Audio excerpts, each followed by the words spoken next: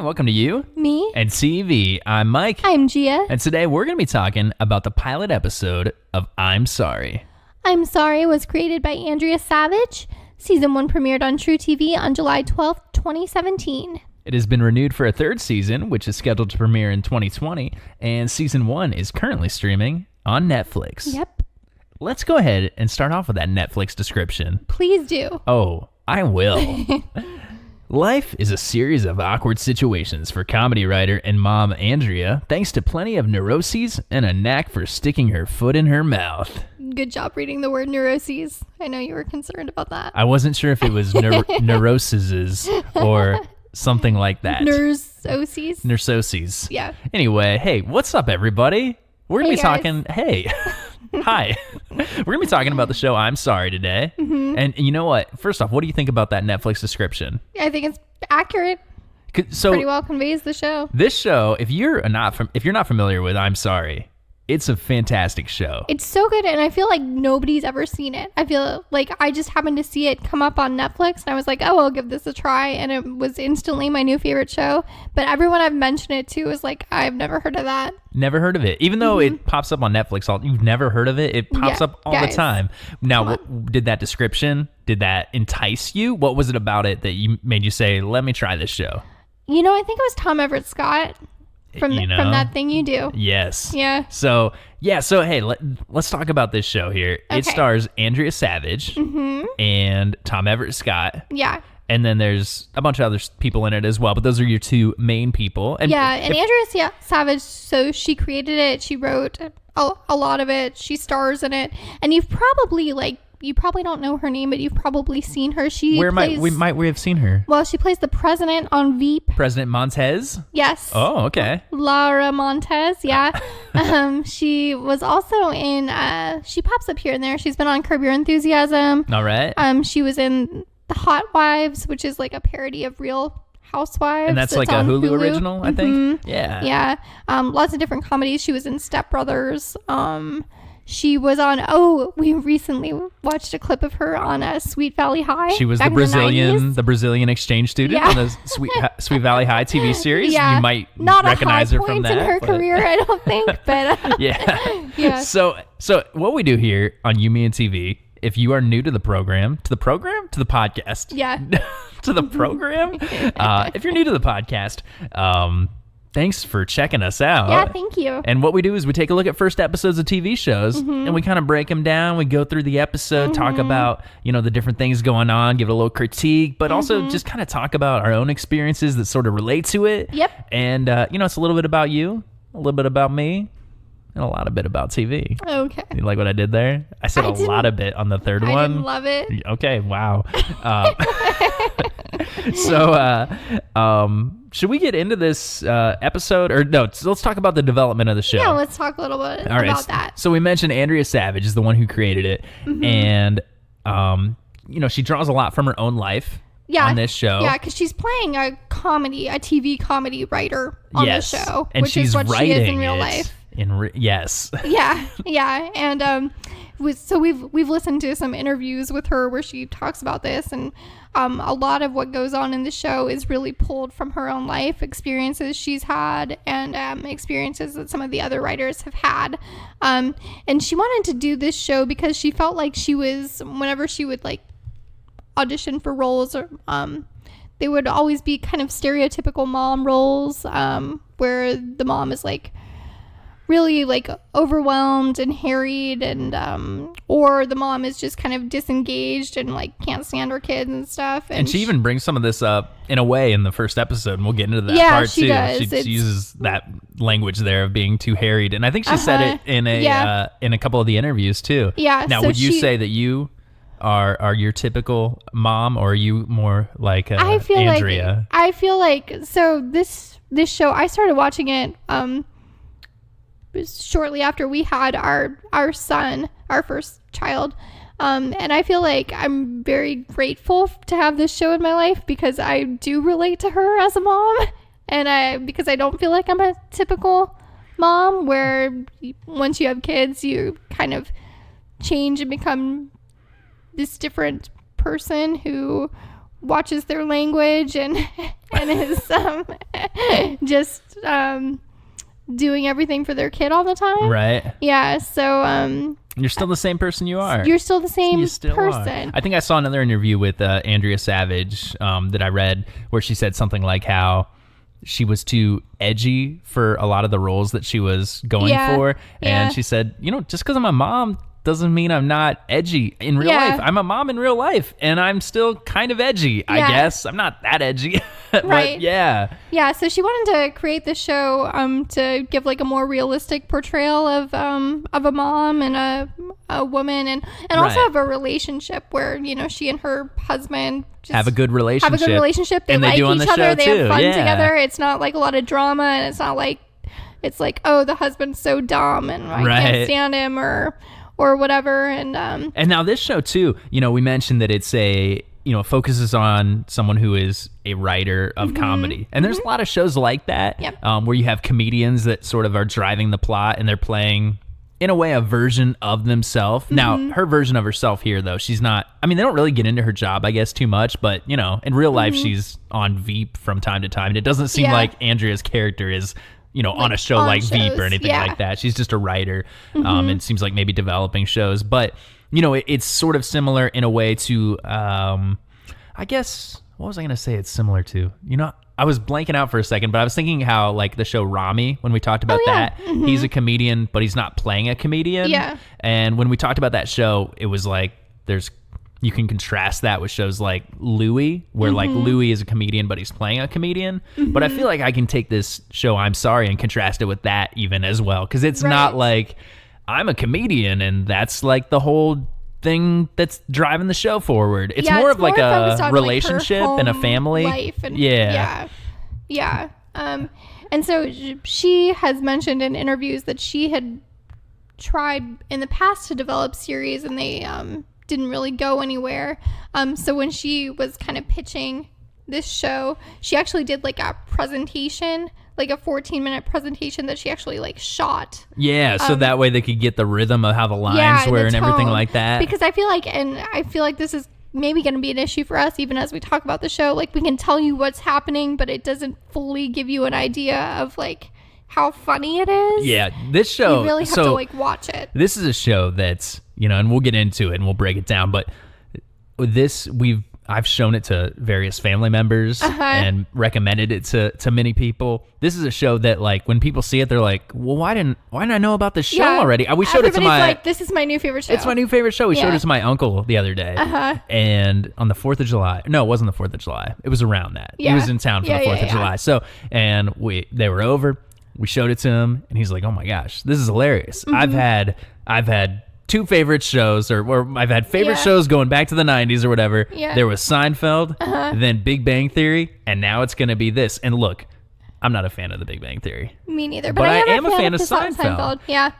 But that just shows the cross section of like the broad appeal of this very funny show. Yeah, if people knew about it, they would like it. Everybody they would love it. Loved it. Even it doesn't matter if you've got, if you like prestige comedies or you like just whatever's on. Yeah. So it's hilarious. Yeah. Should we say why we've showed it to so many people?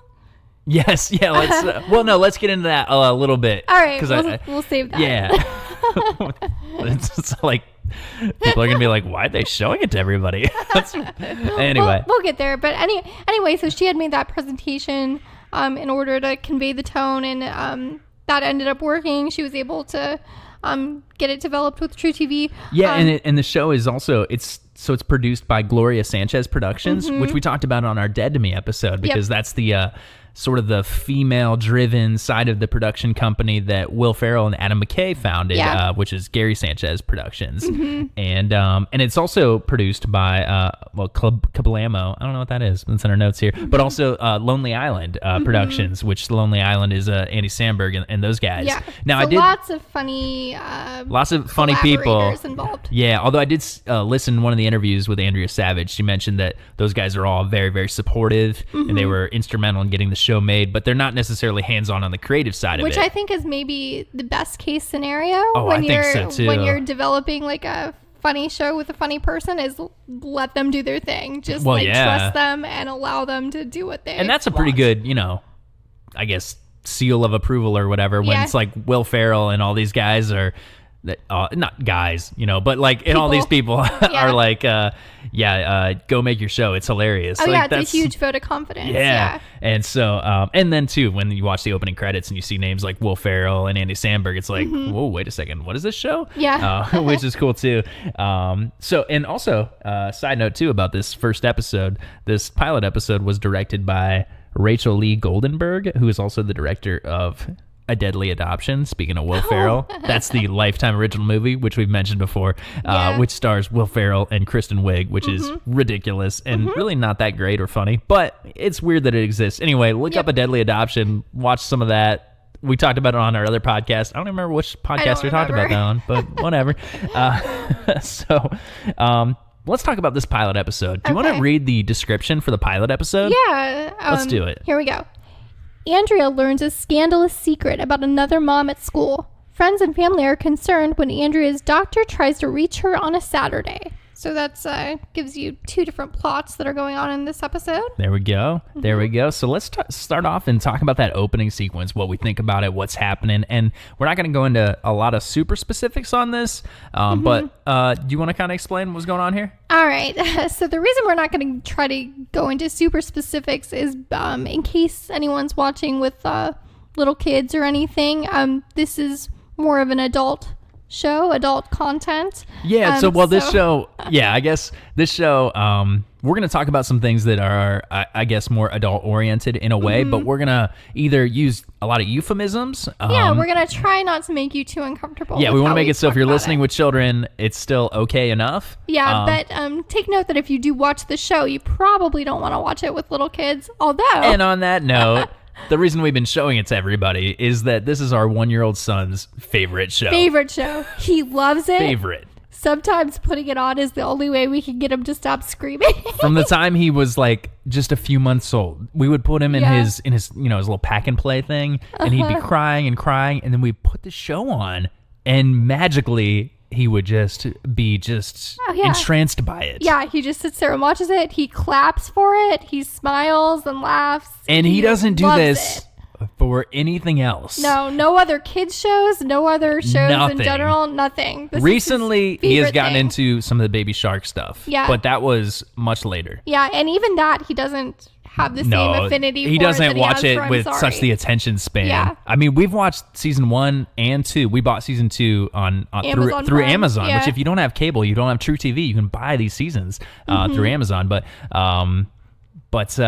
we've watched those so many times. We watch it all the time with him. He often demands it.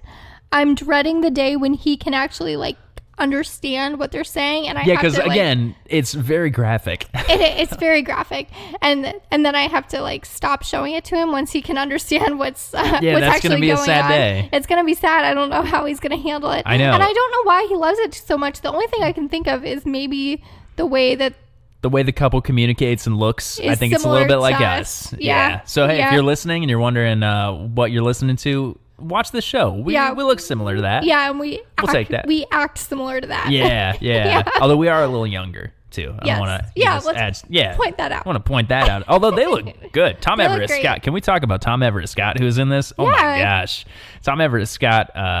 You might know him from I think his name is Guy in That Thing You Do. He's the drummer. Yeah. Shades. Yeah. He's also on Dead Man on Campus. Another fantastic Tom Everett Scott role. He's been in a lot of shows and stuff too. You guys know him. If you're not sure of the name and you see him, you'll be like, oh yeah, I know that guy. Yeah. And then Andrea Savage, and we were talking about this opening scene though. Let's get into that. Okay, let's do it.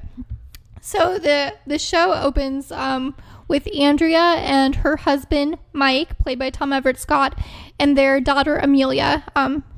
The actress's name is Olive Petrucci, by the way. She's a little girl about 5 years old. Right, she's like kindergarten age. Yeah. Or preschool age? Preschool. Second season, they're in kindergarten. Yeah. Mm-hmm.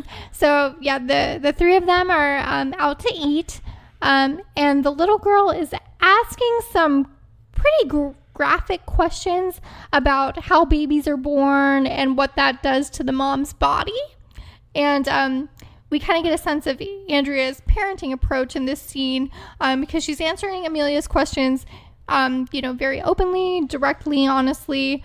And but Amelia is talking very loudly, and it kind of causes everyone in the restaurant to turn and look at them while they're having this very awkward conversation, because then Andrea is kind of like giving her explanation of what happens when a woman gives birth, what happens to her body, and how it goes back to normal. Sure. I guess. Yeah. Is what I'll, I think this opening scene, it really, for one, and I think I saw it in your notes here that we'll talk about a little bit more, but the title "I'm Sorry" sort of like I am apologizing for what is happening right now, that kind of situation, because she's just talking so loud, it's embarrassing and it's awkward, and I think it's a great opening scene because it kind of sets the stage of like, this is an outspoken and sort of ridiculous person and family that is somehow navigating this world where everyone else is not this way. Yeah. Although I will say, too, when we get more into the episode, this first episode feels a lot like a Curb Your Enthusiasm kind of episode. Yeah, very Curb-like vibe. Where you've got, like, a person that is sort of, I guess, picking fights with strangers in a way. Or maybe less picking the fights as getting them picked with her, like Larry David on Curb is definitely picking those fights, but Andrea is maybe more like on the I'm sorry side of things, where other people are attacking her and she's apologizing. Well, one thing she mentioned in one of the interviews we saw is that each episode is sort of follows in a way a different structure because it's based on real life stories of herself and of her writing, the writing staff on the show, and how that just dictates it to be different structures. So even though if you watch this first episode and you're like, I don't know if I need another show like this, then keep watching because there's a lot of different ways that the plot kind of goes. That's true. And I love this pilot episode. It's way funnier than most episodes of most shows, but it's not my favorite episode of the show. It's maybe my least favorite episode of I'm Sorry. It's at least in the beginning it kind of starts off slower, I guess.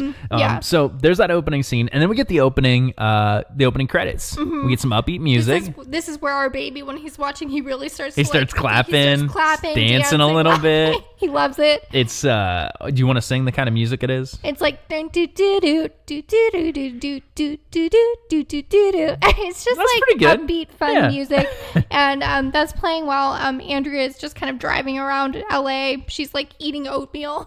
We were watching it and thinking how it's kind of similar to the opening of Big Little Lies, which we talked about on our show a few weeks ago. Yeah, Big Little Lies in the opening, they're all driving across that big bridge in it's Monterey. A bunch of moms, that music is playing. Do you ever want it?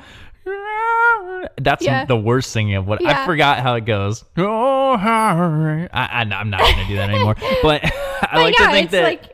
Well, what's interesting too is this is set in California. Yeah, it's not set in Monterey, but it's definitely like upper middle class California moms. And this opening driving scene, around, right? Yeah, she's probably driving their kids to school, right? And this opening scene, she's not necessarily driving her kid to school in a way, but a lot of this does take place at the kids' school and at school-related events for the kids. So that kind of plays a big role in it. So I like to picture that there's people that are less kind of, I don't know, dramatic, I guess. It's a very different tone from Big Little Lies, even though a lot of the situations are similar. In a way, so that's your kind of opening credits, opening sequence there. And then the first scene, once we get into it, Andrea is at a dance class. Yeah. And it's a dance class that is for older women. Yeah, mostly elderly women. Andrea is by far one of the youngest people there. I think the actress is like 46. So yeah. But yeah, it's mostly very old women there. And we don't have a lot of context, yet. It's just, she's there. It's like a dance class, workout kind of class. And it's very hot. Yeah, it's summer in LA. And the air isn't on in the class. So she goes and she turns on the, it's like one of those window air conditioners. And then she gets approached. Yeah, she gets approached by another lady there. Who, by the way, the actress playing that woman is Judith Light. She's the star of Who's the Boss. Wow. I've never watched that. Tony Danza was the star of Who's the Boss. Well, I don't know. I guess it depends on who your definition of the boss is in this situation. I'm not sure, but it's the woman from that. Okay. Yeah. So anyway, that woman approaches Andrea and is pissed off that Andrea is turning on the AC and basically starts swearing at her for turning on the effing air, and she's actually swearing. I'm gonna try not to swear on this, but she's very hostile. Andrea's just kind of it's an overreaction definitely to turning the air conditioning on in a hot workout class. Yeah, Andrea's just trying to explain, it's hot, we're working out, it would be nice to have the AC on. I think everyone would like that on. Now, how would you act in an overreaction like that? If that woman came up to you and started swearing at you, what would you? I think I would react similar to how Andrea does, but then cry. I would later end up crying. I don't think Andrea does. I would probably ignore it and walk away. Probably never return to the class. Oh, I would definitely never return to the class. but yeah, so the woman is like, why don't you ask the rest of the class if they want the effing AC on? And so then Andrea is like, okay, and she does, like, in between songs, she asks the whole class, and she's quoting that woman as she does it. And so then the rest of the class, first of all, does not want the AC on for some reason that I cannot fathom. You got to get the sweat going, But also they're very upset with her for swearing at them, and she's trying to explain, no, I'm just quoting this other woman. This is what she said, and that woman is of course lying and saying she didn't use that language. Everyone's very upset with her, and that's kind of how the scene ends. Well, there's a really great line in there too, where as Andrea's explaining, like, well, it's just so hot in here, and it's only 9 a.m.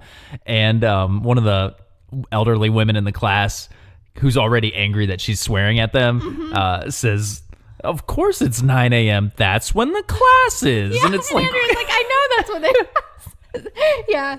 So it's just this ridiculous situation that Andrea has found herself in, and that apparently she did find herself in real life. Yeah, we heard in an interview that the extras in that scene are the people who were in her real life dance class. Yeah, so she must have when that happened. They actually happened. So she must have returned. She must have handled it more gracefully, I guess, than either of us would have handled it. For sure. Yeah, I would have never walked back in there. So after that, we get the next scene. We see at Andrea and Mike's house. They're having a poker game. Yeah, it's poker night. That night. It's they're playing poker. And that's nice that it's the couple doing poker. Yeah, both of them. I think everyone else who's there is a man. Yeah, I think so. Yeah, Andrea is playing. And poker I think with them. I don't know if it's her friends or his friends or both, because we do see later on they've got sort of different sets of. It's both, I think. I think it's a mix because Andrea's writing partner that she works with, Kyle, is there, played by Jason Mantzoukas. Which, if you're on the fence about whether or not you should watch this show, Jason Mantzoukas is in it. Yeah. And if you don't know who Jason Mantzoukas is, you do. You've seen him. And you've heard his voice. He's hilarious. He's on a lot of podcasts, too. Yeah, he has his own podcast, How Did This Get Made? He's one of the hosts of that. Right. And that's a really funny podcast. And he's a frequent podcast guest on a lot of things. I've heard him on a lot of things. And he's also, like, any comedy series you've ever seen or comedy movie, he probably pops up in it. He's been on Parks and Recreation. Yeah. He's been on The League. Yeah. He is fantastic. Yeah. And anyway, so he's there as well as some other actors that looks somewhat vaguely familiar, but I don't have their names right here or anything. Yeah. But they're not like recurring characters necessarily. No, and Andrea's just kind of like relaying the story of the dance class to them. She's telling them all what happened.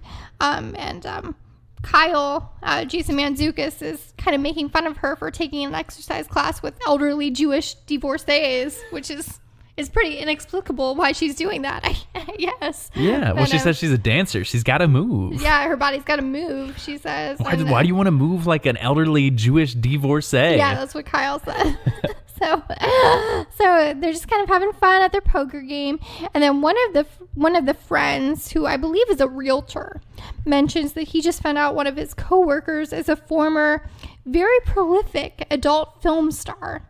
An adult film star with a particular niche that we're not going to discuss in detail. Yeah, like we mentioned in the beginning, we want to like keep it as PG as we can while still talking about the content of the show. So, and we don't want to give away all the jokes if you haven't seen the show yet. And so we'll just kind of say it's a particular niche of a adult film actress, but we're not going to go into detail, but we'll hint at some of the jokes and everything. Yeah, we'll get it. Yeah.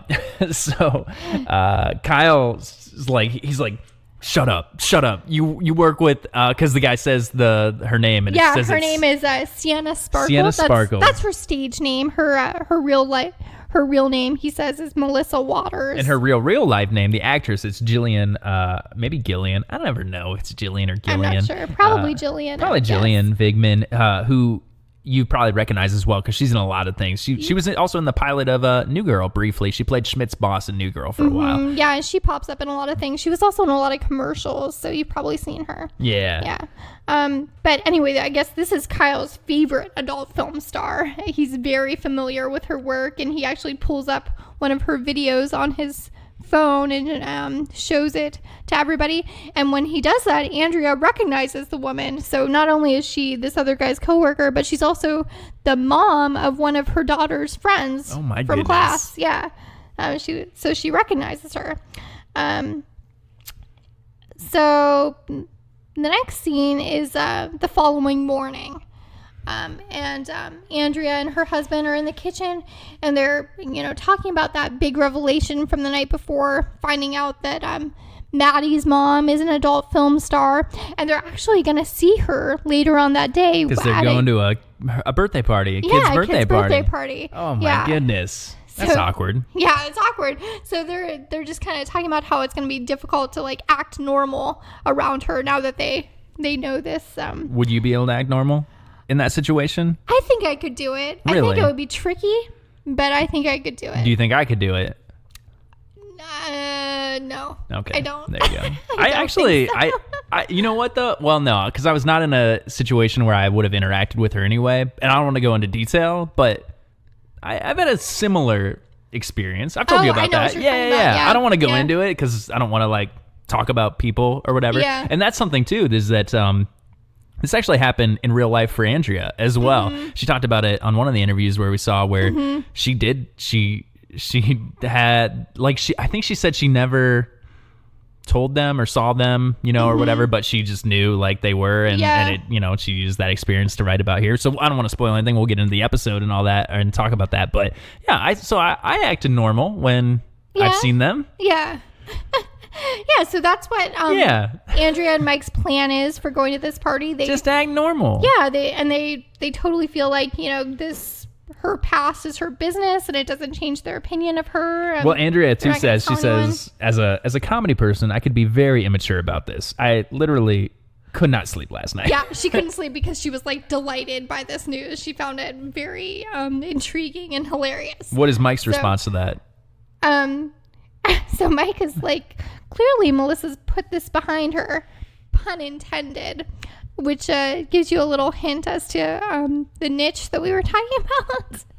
But so anyway, that's where they kind of agree to handle this. They're just not gonna address it when they see her. They're not gonna tell anybody. And there's also another plot kind of going on here, which we mentioned that episode description, is that Andrea also mentions that she had missed a call from the doctor with results from her recent physical. Yeah, and it's Saturday. It's a Saturday. Doctors don't often call on Saturday. No, so Mike thinks it's a little concerning. It's a little concerning. The doctor is calling on Saturday. Andrea doesn't think so. She thinks it's no big deal. Right. And Andrea kind of, to show her sense of humor, she kind of jokes that the doctor is calling about her raging chlamydia, she says. And that's when Mike is like, you are somebody's mother. And then this next line, where she says, sorry, I forgot, moms aren't supposed to be funny. Mm-hmm. That's kind of, that gets at more the premise of the show, like we were talking about before. Yeah, and this is one of the many times that Andrea says sorry or I'm sorry throughout the episode in the series.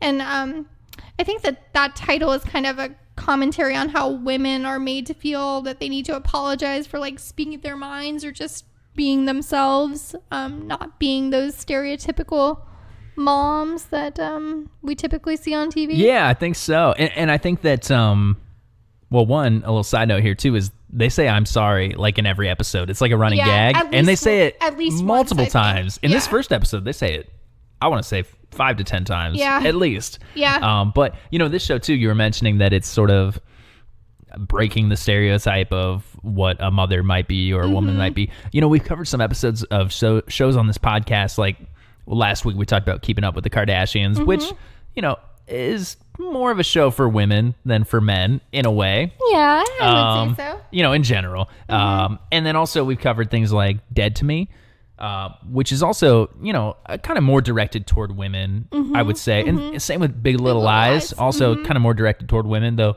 I enjoy both of those shows a lot.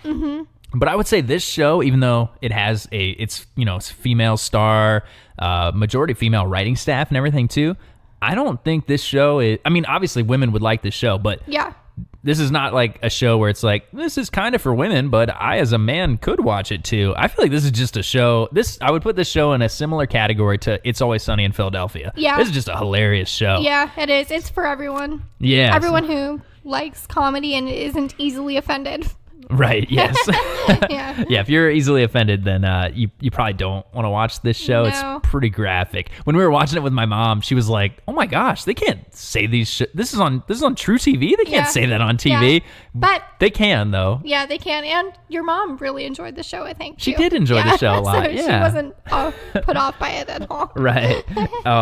So anyway, the next scene, they pull up, Andrea and Mike are pulling up to this party. It's a children's birthday party. One thing they do notice is there's a handicap placard on a car that's kind of pulled up right in the front, and they're like, the driveway and they're like, whose car is this? And they're like, they recognize it as Melissa's. Right, Melissa being that adult film star. Right. And so Andrea's kind of like speculating about why she might need a handicap tag and whether or not it has anything to do with her former profession.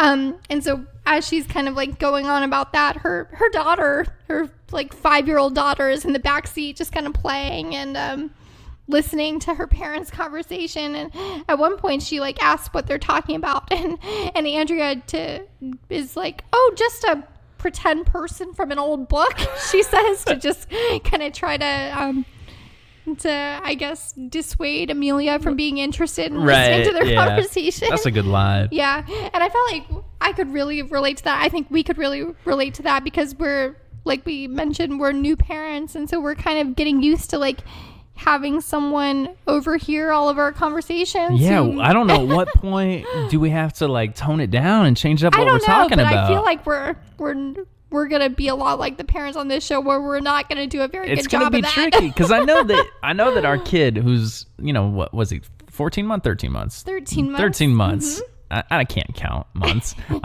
We've established this on earlier episodes. I don't know how math works. He's a year plus. He's a year old, a year plus. That's enough. Anyway, he understands a lot of words.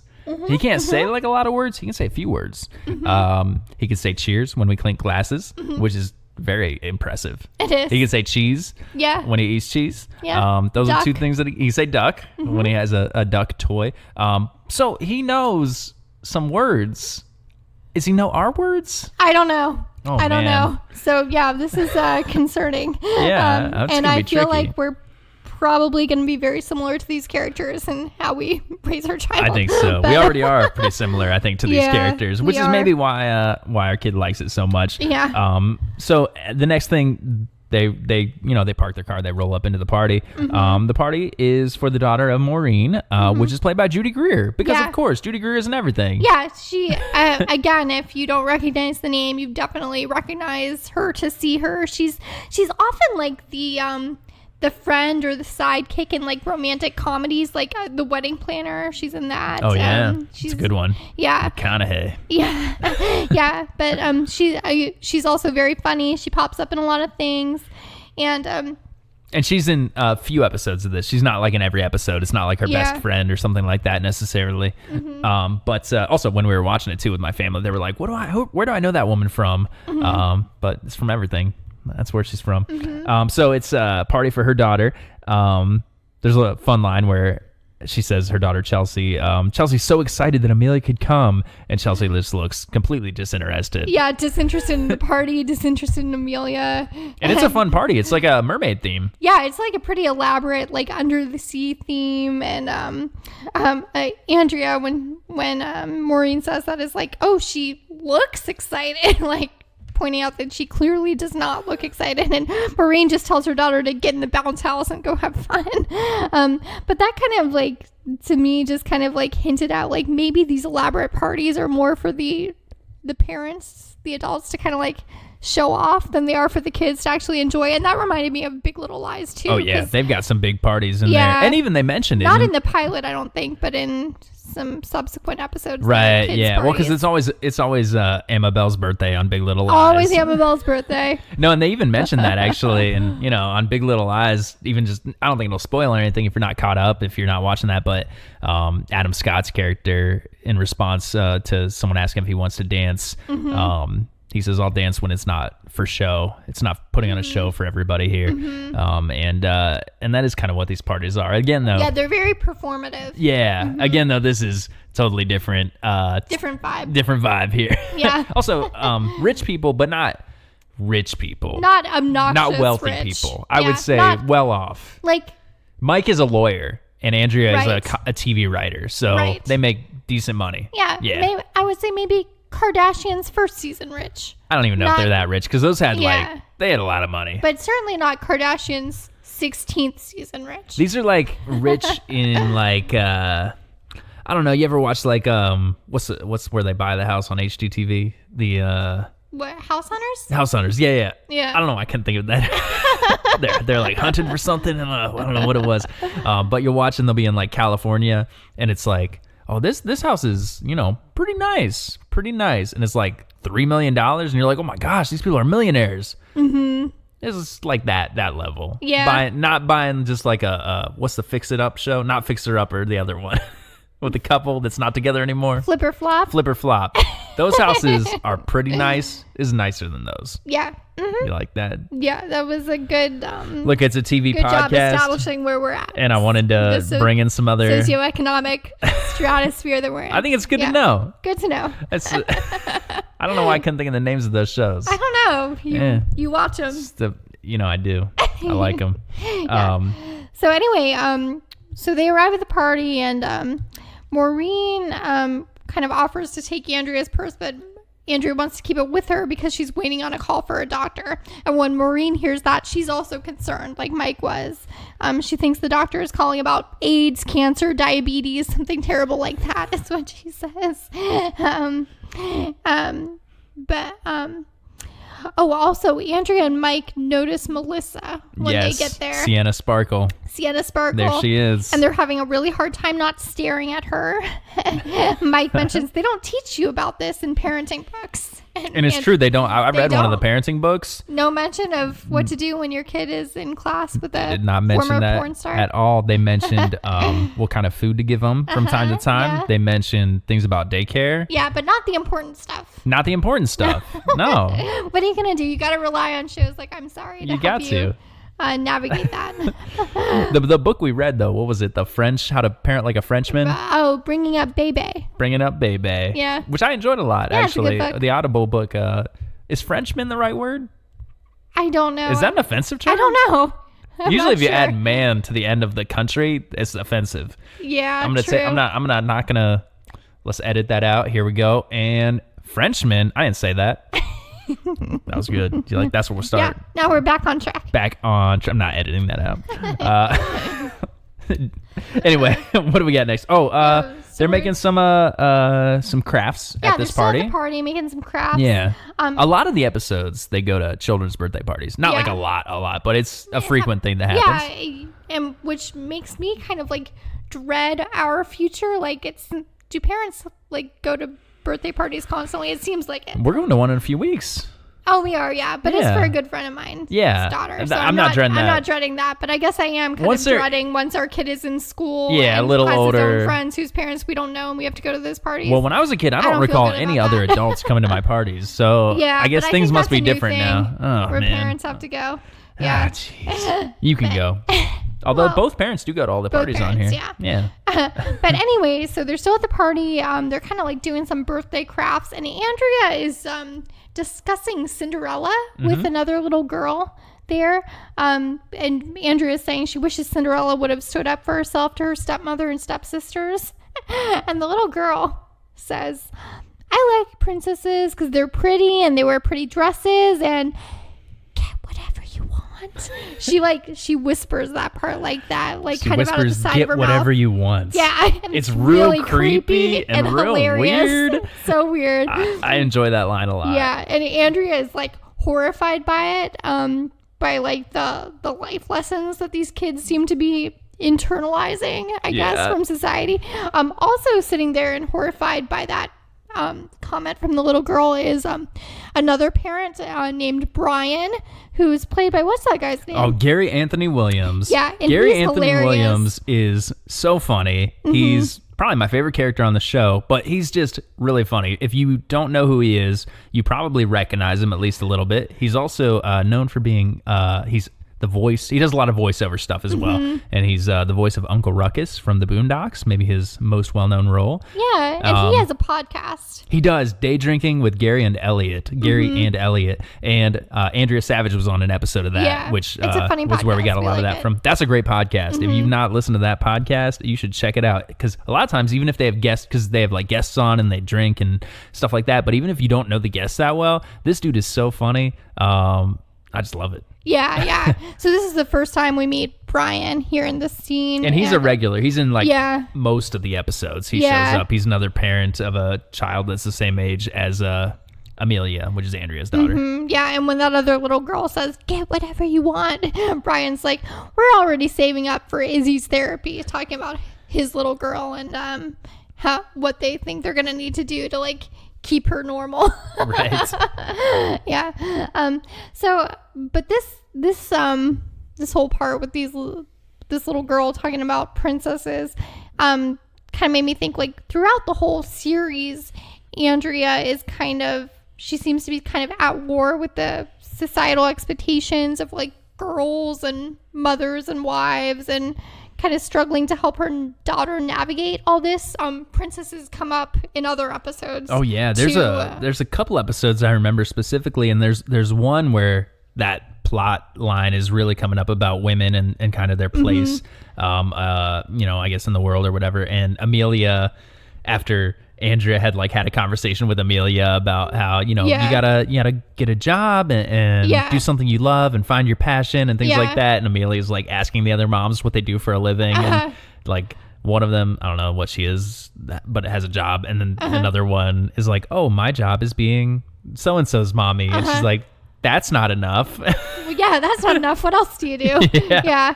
So, yeah, but that's kind of like a major theme in the series. Because I mean, this is a silly show, and it's not like it's dramatic or trying to tackle big issues, but it is still just through comedy and through just being a vehicle for a female comedy writer. It's kind of tackling those issues of like, what does it mean to be a woman? What does it mean to be a mom? What does it mean to be a wife?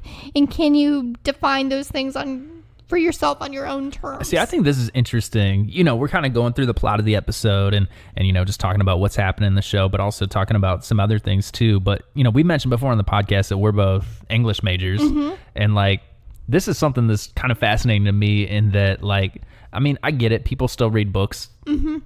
I'm not one of them. But I mean, I do. I mentioned that baby book I listened to. Yeah. But I didn't Listen read to it on Audible. But Yeah. like, 100 years ago, 200 years ago, these are the big questions. What does it mean to be a woman in society? How is life changing for women and that sort of thing? Those would be, I mean, if you read a book where that was like the major theme, it'd be like, wow, what a classic, what a excellent work of literature from Virginia Woolf, or I don't know if she wrote about stuff like that, but you know what I mean? Yeah, I'd say so. But like, now we've got these just vulgar and crude and ridiculously funny shows that are dealing with those same issues and questions, maybe in a more profound way, and maybe or an equally profound way, or at equally least. profound, but definitely a more relatable. It's relatable. It's accessible. A way that's more accessible and relevant to the lives I think most of us are living here. Right. In the 21st And it's something century. too. I know our 1-year-old son probably shouldn't be watching a show with all this kind of language in it, but like, Probably let's just say shouldn't, he but was totally is. Yeah, but let's just say he was like a little bit older. Maybe he's like 12, and maybe we found an edited version or whatever like that. Like, they could even take in all of that, instead of just like watching, random whatever cartoons or whatever. And he's not going to read a book that's an old timey like book about women in society, but like he can get that from this. I think it's a cool way to be like, because if you saw this show, you'd be like, well, that's not for kids, but it's like, it kind of is. Yeah. I mean, I know they're like swearing and talking about sex a lot, but aren't they being the kind of person that I think is a good person? And I'd say yes. Yeah. So it's not something I necessarily have a problem with my son seeing. I think it's just an interesting way of how we take in these sort of cultural things now instead of through books. So definitely. Yeah, look at that, having a smart conversation about a smart but very, very vulgar show. Very. Meanwhile, at the party, Andrea has missed another call from her doctor's office. So she calls back again, tries to get the receptionist to just give her the results, but she's not allowed to. The receptionist isn't allowed to. Maureen and Brian, meanwhile, think something is horribly wrong with Andrea. He comments, he says something about her breath. He's like, your breath smells, it smells weird. Not bad. It just smells weird. Yeah. And one of the things in the interview that I listened to with Gary Anthony Williams, who plays Brian, well, with him and Andrea Savage, they mentioned that because he was asking Andrea Savage, he's like, how much of this is all improv? Because it's a lot of that's improv. And she was like, well, actually, really, it's mostly our scenes, with meaning her and Gary Anthony Williams are improv.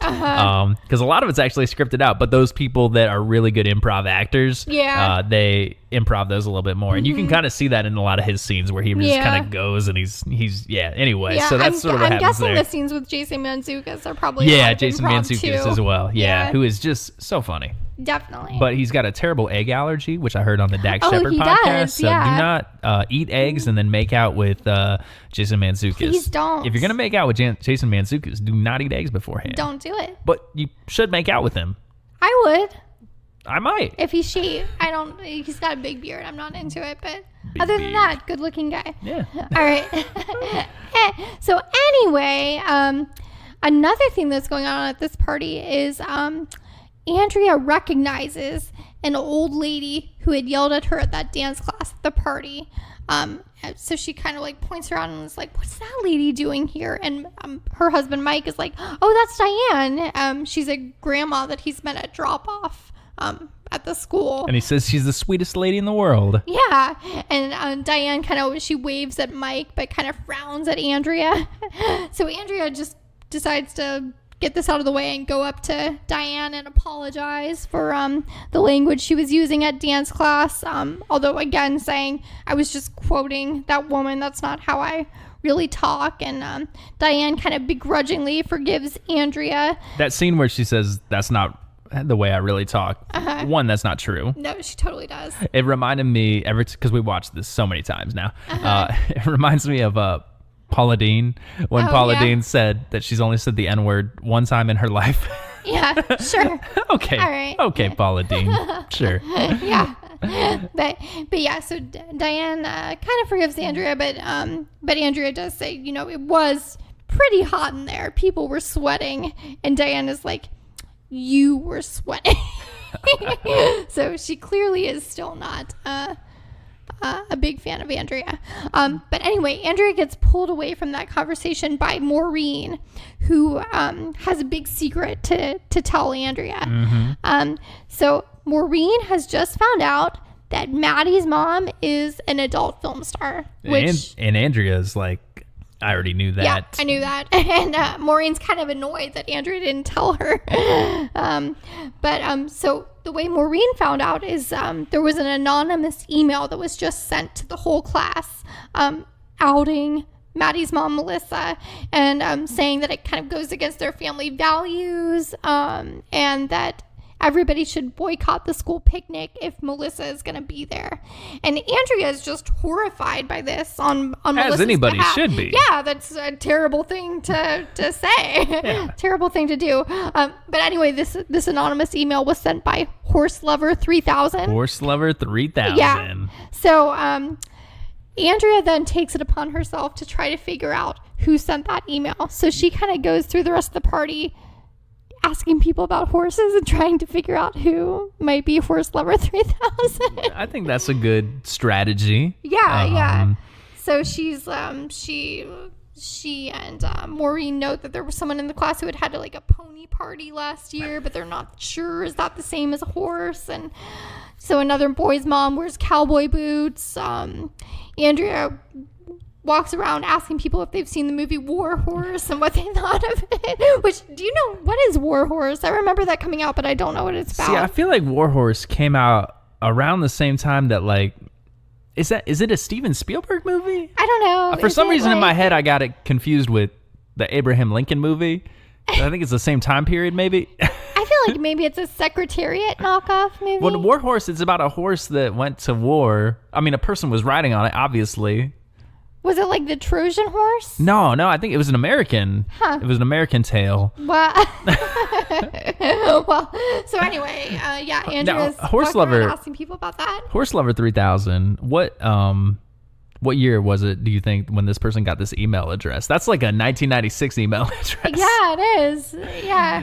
I used to, because I'm an educator, as I mentioned before on this podcast, and we used to have to email like documents, students, like they would turn in things through email. But before they got their own like school administered email account, I'd be getting things from like Cool Guy 72 or like Anarchy Skateboard 65. So email addresses used to be real stupid. Yeah. I'm glad we've resolved that with Gmail. Yeah. And now people have mostly normal email addresses. Mostly normal. We should, yeah.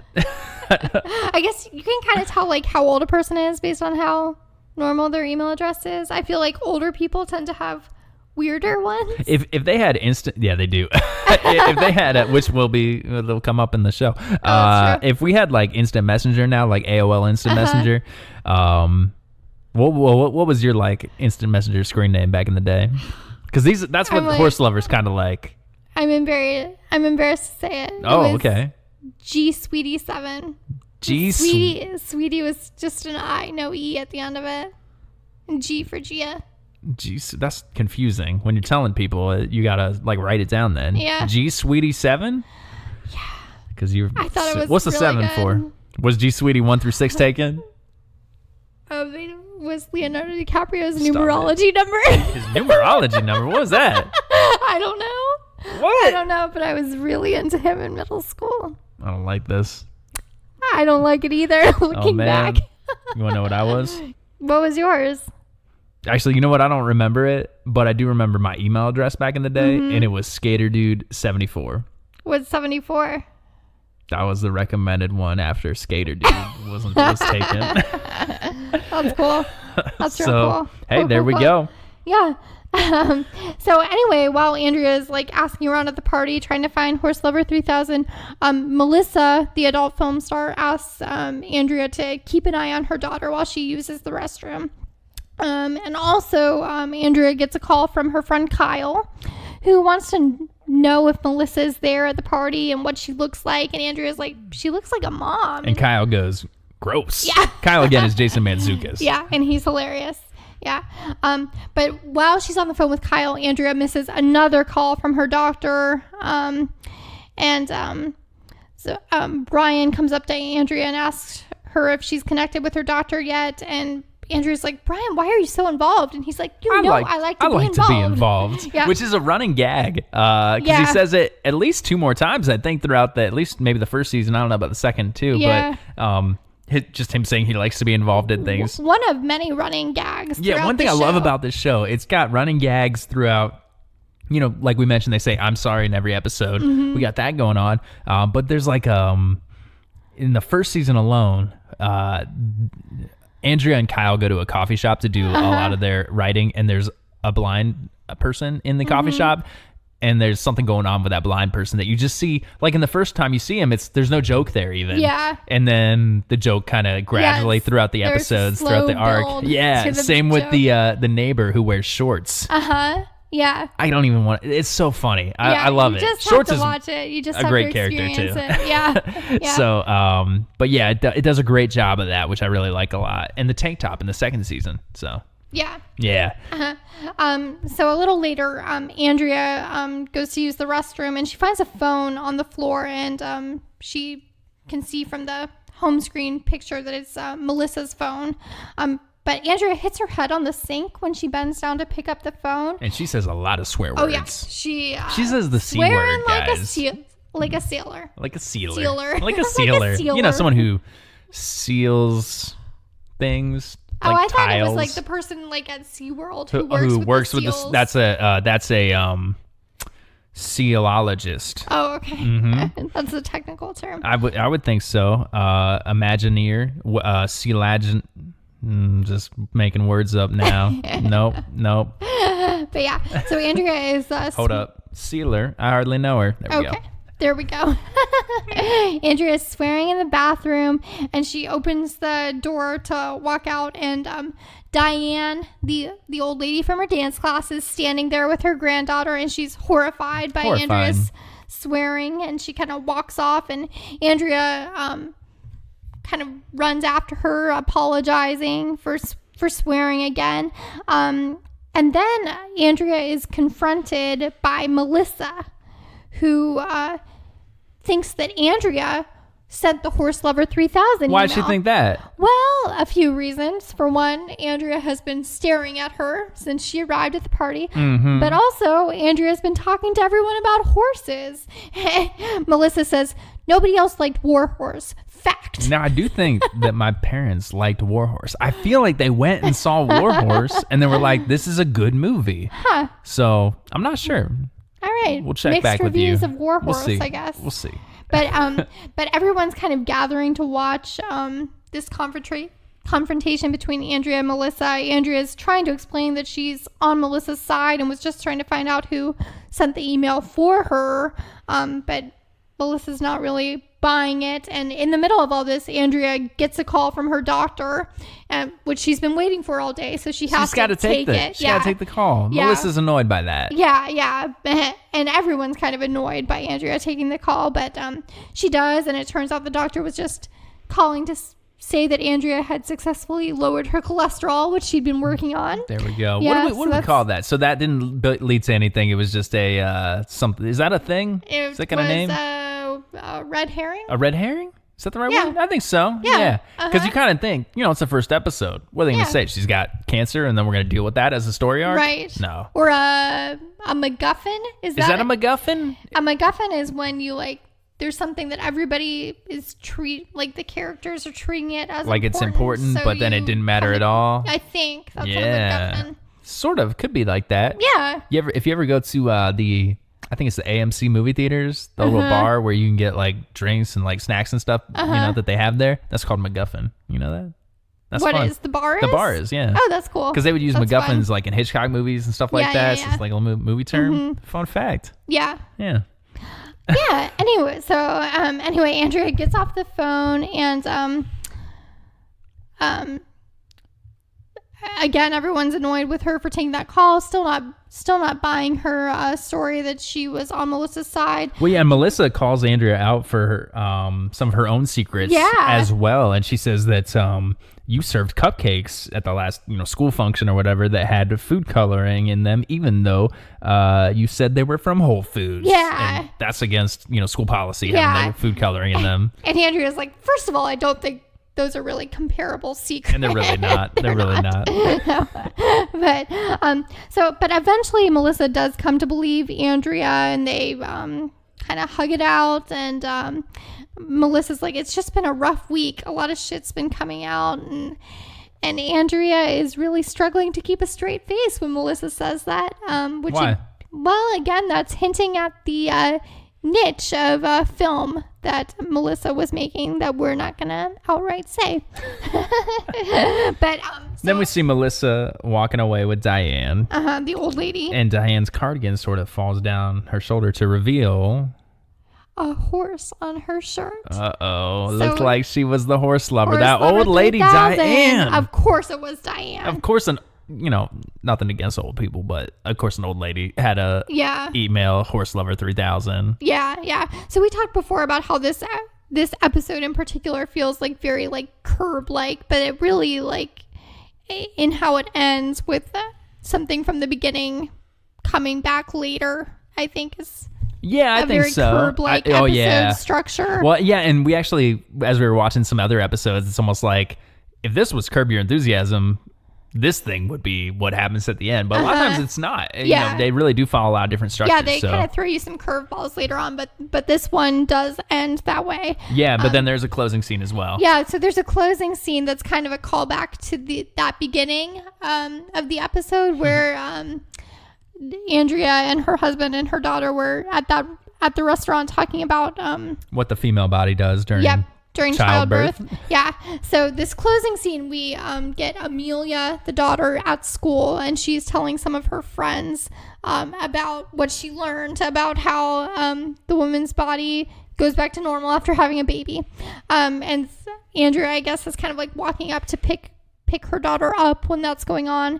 And then Melissa, the adult film star, comes up to Andrea, and she's like holding her traumatized child and is like asking Andrea if she can talk to her for a second, like really angry.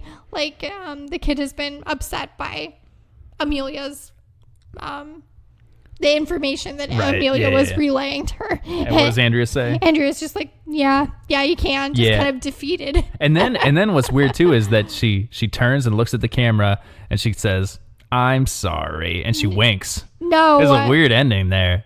That's not true. That's that not true. doesn't She doesn't happen. do that. That would be fun though. Can you imagine? That'd be so weird.